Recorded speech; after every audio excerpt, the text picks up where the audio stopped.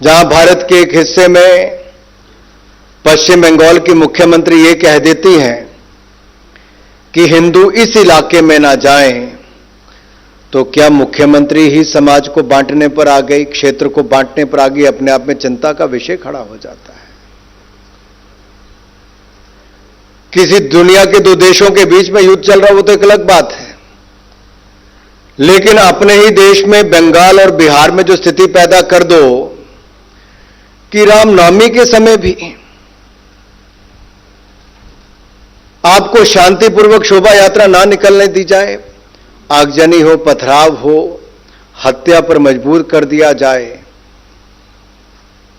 उस देश में जहां पर देश के प्रधानमंत्री दुनिया भर के देशों को कहते हैं this is not the era of war, ये युद्ध का समय नहीं है, this is the time to discuss, deliberate and be part of democracy and decide. और दुनिया उस बात को मानती है, लेकिन अपने ही देश के दो राज्यों के मुख्यमंत्री एक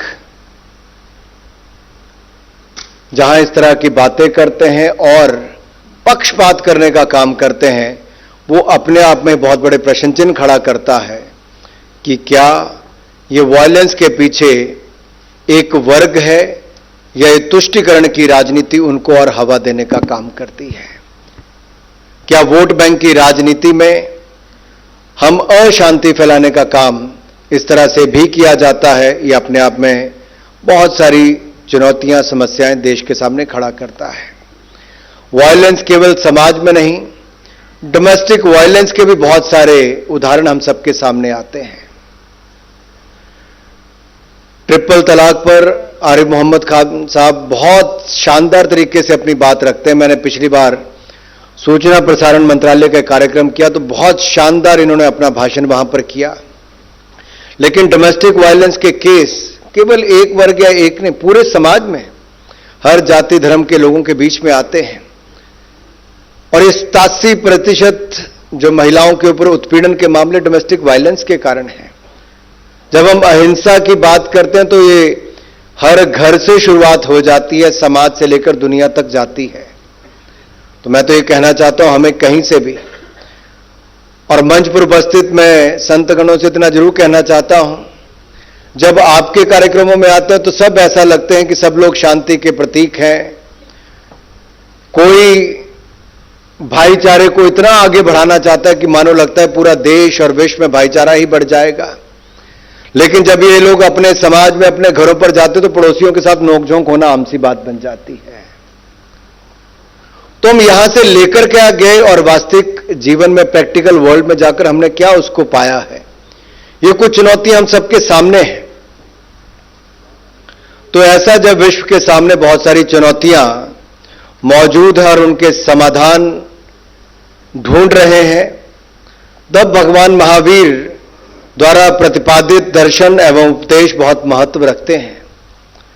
और समय आ गया है कि हम उनके संदेश और उपदेशों को आज देश और दुनिया में लेकर जाएं, परिवार से लेकर समाज और पूरे दुनिया भर में लेकर जाएं और प्रयास करें कि हम सब शांति के साथ जी सकें और इसको आगे बढ़ाएं। युद्ध, हिंसा और आतंकवाद किसी समस्या का समाधान नहीं है मित्रों, और हिंसा प्रतिहिंसा को जन्म देता है। संवाद के द्वारा ही, बातचीत के द्वारा भी दुनिया भर में इन समस्याओं का समाधान निकलता है और इन समस्याओं को सुलझाया जा सकता है। इसलिए मैं अनेकों बार कहता हूं कि भगवान महावीर ने जो 2600 वर्ष पूर्व जो दर्शन दिया है, उसकी आवश्यकता तत्कालीन समय में जितनी थी, उससे अधिक आवश्यकता आज के समय में प्रासंगिक और दिखती है। और उनके दर्शन में अनेक वैश्विक समस्याओं का समाधान प्राप्त होता है। ग्लोबल वार्मिंग की हो, जलवायु परिवर्तन की हो, आर्थिक असमानता की बात हो, ऐसी अनेक समस्याओं का समाधान जैन दर्शन में मिलता है और हमें इसको आगे तक ले जाने का काम करना चाहिए।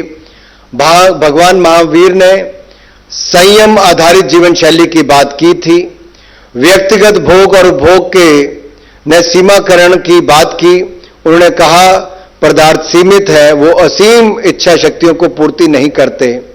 सचमुच उनका मार्गदर्शन पर्यावरण की शुद्धि के साथ के लिए अत्यंत उपयोगी है। ये केवल भारतवर्ष के लिए नहीं, समूचे विश्व को आज देने का समय आया है। और मुझे खुशी इस बात की है, डॉक्टर लोकेश जी ने इसका बीड़ा स्वयं उठाया है और अहिंसा विश्व भारती को माध्यम से इसको आगे ले जाने का काम किया है। जहां एक और मोदी जी के नेतृत्व में भारत नई ऊंचाइयों पर पहुंच रहा है, मिशन लाइफ से लेकर इंटरनेशनल सोलर अलायंस जैसे विषयों को आगे बढ़ाकर मोदी जी ने दुनिया भर में भारत से दुनिया को नेतृत्व देने का काम किया। तभी तो लगातार 3 वर्षों में एक नहीं अनेक बार मोदी जी को दुनिया के सबसे लोकप्रिय नेता के रूप में आज चुना गया है। मेरे भाई और बहनों, जहां एक और नरेंद्र मोदी जी इस काम को कर रहे हैं, वहीं पर हमारे आचार्य डॉक्टर लोकेश जी भगवान महावीर के दर्शन को दुनिया भर में फैलाने का कार्य कर रहे हैं। आचार्य जी, मैं आपका इसके लिए बहुत बहुत आभार प्रकट करता हूं। इसके साथ ही आचार्य जी ने पिछले वर्ष अमेरिका के शांति सद्भावना यात्रा के दौरान अमेरिका के राष्ट्रपति को भी कुछ सुझाव दिए थे कि शिक्षा में पीस एजुकेशन को लेकर आगे बढ़ें। और मैं देखता हूं दुनिया के कई हिस्सों में आज ऐसा है जहां छोटे छोटे बच्चे स्कूलों में पढ़ने जाते हैं, उस पर बंदूकों को लेकर गन कल्चर को बढ़ावा देने का काम करते हैं। गन कल्चर का काम बच्चे नहीं, जो एक अपने इंडस्ट्री को बचाने के लिए गन कल्चर पर रोक नहीं लगाते हैं, तो उस गन का दुरुपयोग करके बच्चों पर गोलियां बरसाने से भी कुछ लोग पीछे नहीं हटते हैं। जाने जाती हैं तो छोटे छोटे मासूम बच्चों की जाती है, जिनका कोई दोष नहीं है, जिनका दुनिया के किसी हो रही बुरी चीजों पर उनका कोई हाथ नहीं है। आखिरकार उन बच्चों पर गोलियां बरसाने का काम क्यों किया जाता है? उस पर रोक लगाने का काम क्यों नहीं होता है? लेकिन दुनिया भर का मीडिया वो तो नहीं दिखाएगा, लेकिन एक दुष्प्रचार करने का काम दुनिया भर के मीडिया के कुछ वर्ग ऐसे, सारे तो नहीं लेकिन कुछ करते हैं।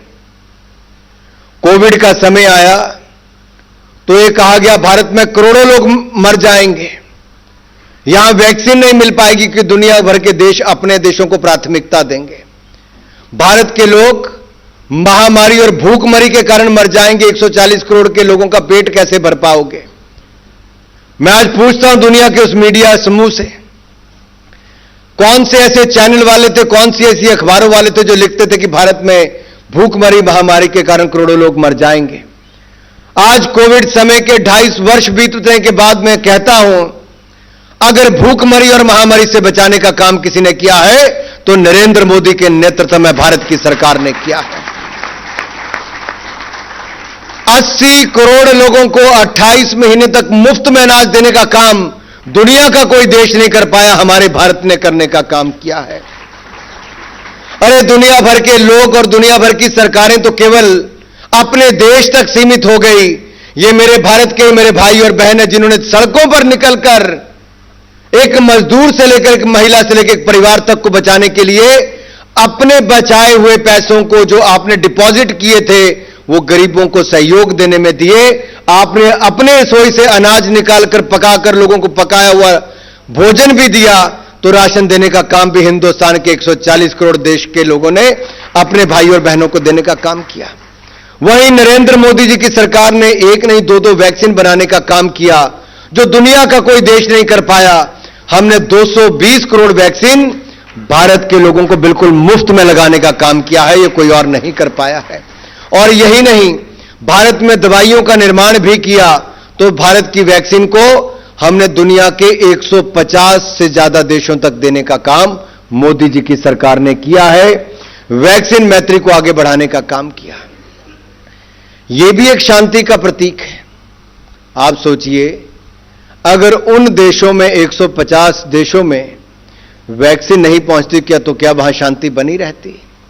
अगर भारत में 80 करोड़ गरीबों को मुफ्त में राशन नहीं मिलता तो क्या सिविल वॉर की नौबत नहीं आती?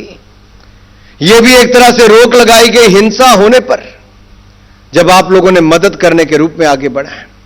आज मैं देखता हूं कर्नल त्यागी जी, आप तो मंच पर हैं, नीचे भी बहुत सारे फौजी भाई बैठे हैं। मैं देवभूमि हिमाचल प्रदेश से आता हूं, जहां हमीरपुर संसदीय क्षेत्र से मुझे चौथी बार लगातार लोकसभा का सांसद चुना गया। मेरे यहां पर तो हर दूसरे घर से फौजी हैं।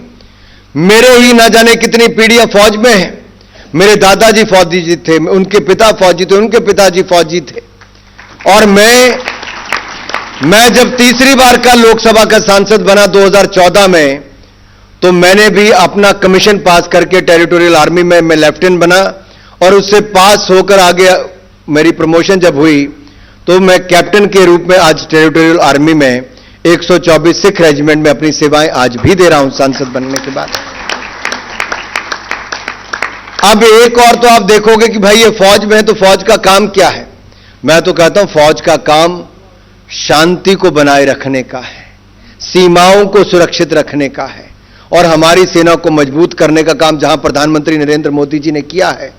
राफेल विमान से लेकर आपको स्नो किट से लेकर स्नो बूट देने का काम किया है, आपको बुलेट प्रूफ जैकेट देने का काम किया है। आत्मनिर्भर भारत को आगे बढ़ाते हुए डिफेंस मैन्युफैक्चरिंग का काम भी भारत में करने का काम नरेंद्र मोदी जी की सरकार में हुआ है। हमारी सेना को मजबूत भी किया तो मेक इन इंडिया को बल देने का काम भी किया है। दुनिया का सबसे बड़ा आयात करने वाला हथियारों का देश भारत था, आज 16,000 करोड़ का निर्यात करने का काम एक वर्ष में भारत ने किया है। यह बदलाव आया है। जहां एक और आत्मनिर्भर भारत किया, वहीं भारत की सीमाओं को और सुरक्षित करने का काम किया। भारत के एक नेता तो डोकलाम की घटना हुई, चीन की ओर से अतिक्रमण करने का प्रयास जब हुआ, हमारी सेना के जवानों ने मुंह तोड़ जवाब उसको दिया। लेकिन भारत के एक बहुत लंबे समय तक जो सत्ता में पार्टी रही, उनका युवराज चीन को मुंह तोड़ जवाब देने की बजाय वो चीन के एम्बेसडर के साथ बैठकर सूप पी रहे थे, चाइनीज सूप, चाइनीज खाना खा रहे थे। उनके चाइनीज फंड लेकर अपनी राजीव गांधी फाउंडेशन को आगे बल देने का काम कर रहे थे। लेकिन नरेंद्र मोदी जी सीमा पर जाकर सेना का मनोबल बढ़ा रहे थे। यही अंतर है मेरे भाई बहन। मैं देवभूमि हिमाचल प्रदेश से आता हूं, लेकिन वो वीर भूमि भी कहलाई जाती है। क्यों? परमवीर चक्र विजेता पहले हुए तो मेजर सोमनाथ शर्मा हिमाचल प्रदेश से हुए। कारगिल वार में सबसे ज्यादा शहादत देने वाला राज्य कोई बना तो हिमाचल प्रदेश बना। सबसे छोटी आबादी का अगर देखा जाए उस दृष्टि से तो सबसे ज्यादा शहादत दी। कैप्टन विक्रम बत्रा की बात करूं, राइफलमैन संजय कुमार की बात करूं, हिमाचल प्रदेश से आते हैं। अगर 21 ऐसे परमवीर चक्र विजेताओं के नाम पर द्वीपों का नाम रखने का काम 75 साल में किसी ने पहली बार किया तो नरेंद्र मोदी जी ने करने का काम किया है। अब ये कोई हमने युद्ध करने के लिए कोई ये थोड़ी कहा कि आप आकर युद्ध करिए। हमने तो जिनने देश की सीमाओं को सुरक्षित रखने का काम किया, भारत को बचाने का काम किया, इन सैनिकों का सम्मान में नरेंद्र मोदी जी ने वो काम करने का काम किया। इसलिए मेरे भाई और बहनों, अहिंसा इंटरनेशनल अवार्ड आज किसको दिया जा रहा है? किसको दिया जा रहा है? भाई आवाज नहीं आई पूरी तरह से। परम पूजनीय गुरुदेव श्री श्री रविशंकर जी को दिया जा रहा है।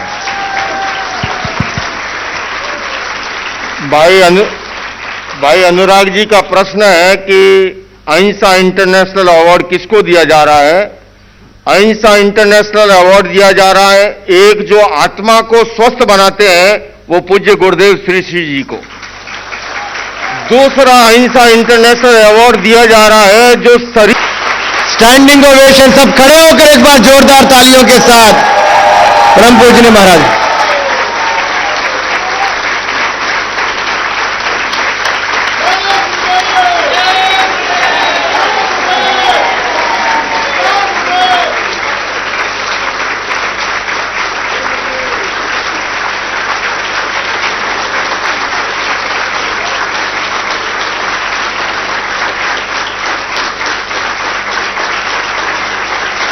बहुत बहुत धन्यवाद आप सबका।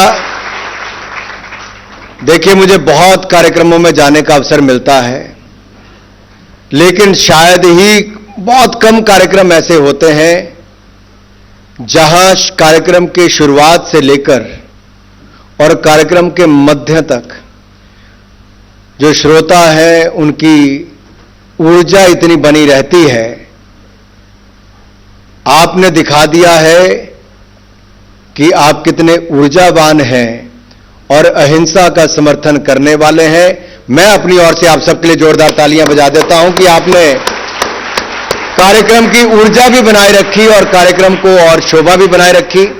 और इसी तरह से ही आर्ट ऑफ लिविंग के माध्यम से परम पूजनीय श्री रविशंकर जी ने संसार के करोड़ों लोगों तक जीवन में सकारात्मक परिवर्तन लाया है। आपके उद्देश्यों और संदेशों से लोग शांति, समझौता और सामंजस्य और प्रेम की ओर बढ़ रहे हैं।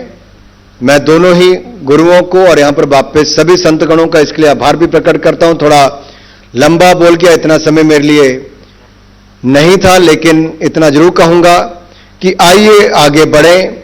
भारत से जो हम वासुदेव कुटुंबकम की एक सोच को लेकर आगे बढ़े हैं, वर्षों वर्षों तक हमने इस संदेश को दुनिया के कोने कोने तक पहुंचाया है और भगवान महावीर के अनेकांतवाद और सामाजिक अहिंसा के अनुपालन द्वारा मतभेदों और भिन्नताओं का समाधान करने की शिक्षा दी है।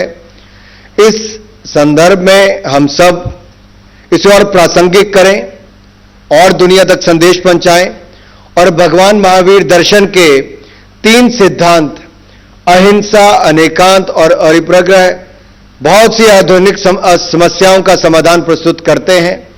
आइए हम सब आचार्य लोकेश जी के मार्गदर्शन में भगवान महावीर के अहिंसा, शांति और सद्भावना के दर्शन को दुनिया भर में फैलाने का काम मीडिया, सोशल मीडिया के माध्यम से और कार्यक्रमों के माध्यम से करें।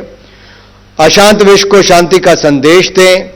मैं पुनः जैन समुदाय को अहिंसक एवं शांति प्रिय जो हमारा समुदाय है, जिसका समाज और राष्ट्र निर्माण में विशिष्ट योगदान है, इस समाज के प्रति भी मैं अपना बहुत बहुत धन्यवाद करता हूं।